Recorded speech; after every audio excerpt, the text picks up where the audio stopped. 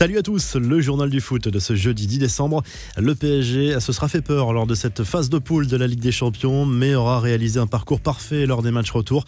3 matchs, 3 victoires, dont la dernière très convaincante contre Başakşehir mercredi soir, 5-1 au Parc des Princes. Neymar a été étincelant et s'est offert un triplé face au club turc. Kylian Mbappé a inscrit un doublé libérateur. L'attaquant français n'avait plus marqué en effet en C1 depuis un an, soit 9 matchs au total. Au passage, le Parisien a battu un record à 21 ans et 11 mois. Mbappé est devenu le plus jeune joueur à atteindre puis dépasser la barre des 20 buts dans la plus prestigieuse des compétitions européennes. Il devance de 9 mois un certain Lionel Messi, mais Haaland pourrait faire tomber ce record dans les prochains mois. Image forte de cette soirée au lendemain de l'interruption de la partie pour des accusations de propos racistes tenues par le 4e arbitre. Les 22 joueurs et le corps arbitral ont posé un genou à terre pour protester contre le racisme. Les supporters parisiens absents en raison du huis clos et le club parisien ont déployé des banderoles dans les tribunes. Toujours concernant la polémique survenue mardi soir, les arbitres roumains de cette rencontre ont tenté de se défendre sans grande conviction en reprenant les déclarations d'un journaliste. Ce dernier assure que les arbitres se sont plaints d'avoir été traités de gitans par Pierre Webo. Selon RMC Sport, le mot aurait bien été prononcé par un membre du staff turc, mais si l'on écoute l'extrait en intégralité, on comprend que les arbitres n'étaient pas visés. L'auteur de cette phrase expliquait simplement que dans son pays, le mot gitan désignait les personnes de nationalité roumaine, mais que ces mots ne devaient pas être prononcés. Un grand ouf de soulagement pour les supporters du Real Madrid et pour Zinedine Zidane qui sauve sa tête sur le banc. Sous pression avant ce rendez-vous de C1, le club merengue s'est imposé 2-0 face au Borussia Mönchengladbach. Fragilisé ces dernières semaines, Zidane s'est offert un bon bol d'air. Le Real se qualifie pour les 8e de finale et termine même premier de son groupe. Après le match, le technicien français a reconnu que la pression commençait à lui peser et qu'il ne s'éternisera probablement pas sur le banc merengue, comme l'avait fait un certain Alex Ferguson à Manchester United. Karim Benzema, lui, s'est offert un doublé en première période. Forcément, la bonne humeur était au rendez-vous dans le vestiaire après le match.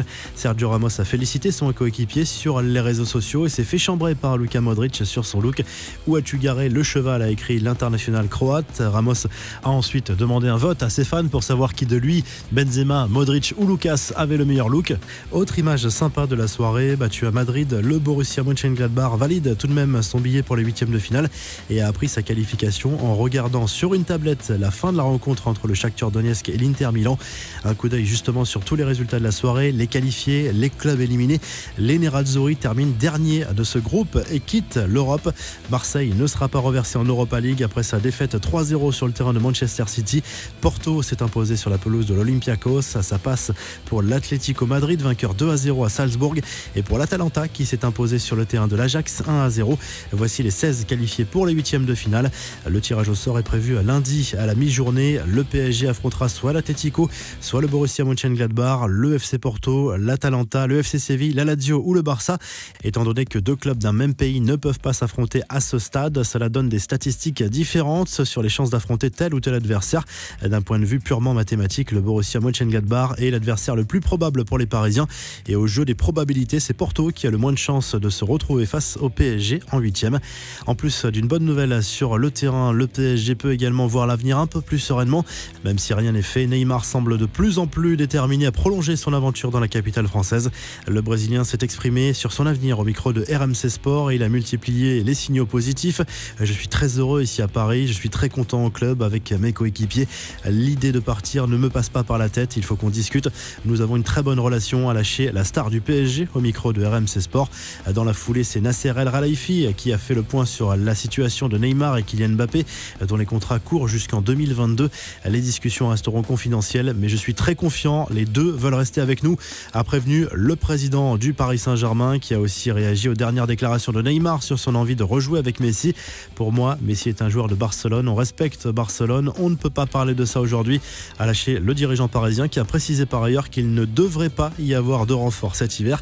Quelques infos en bref, c'est un monument du football italien qui s'est éteint. Paolo Rossi est mort à l'âge de 64 ans, même s'il a été impliqué dans un scandale de matchs et de paris truqués. Les Italiens se souviendront surtout de lui comme un joueur qui a survolé le mondial 1982 et remporté le Ballon d'Or quelques mois plus tard. Enfin, les filles de l'Olympique lyonnais ont souffert, mais elles ont assuré l'essentiel en Italie avec une victoire arrachée en fin de match contre la Juve. Score final 3-2 pour les Lyonnaises en 16e de finale aller de la Champions League féminine. La revue de presse, le journal L'équipe revient sur la soirée de mercredi au Parc des Princes. Au-delà de la victoire du PSG contre Başakşehir, le quotidien sportif revient surtout sur l'attitude exemplaire des joueurs unis contre le racisme. Le sourire de Karim Benzema à la une du journal AS. L'attaquant français s'est montré décisif comme souvent lors des grands matchs. Lors du succès du Real Madrid contre le Borussia Mönchengladbach, le club merengue termine premier de son groupe. Le quotidien Sport met un coup de pression à Ronald Koeman qui peine à convaincre pour le moment sur le banc du Barça. Le coach néerlandais va devoir redresser la barre et vite pour éviter de se retrouver rapidement sur la sellette. Le journal évoque également les adversaires potentiels du Barça en huitième de finale en Ligue des Champions.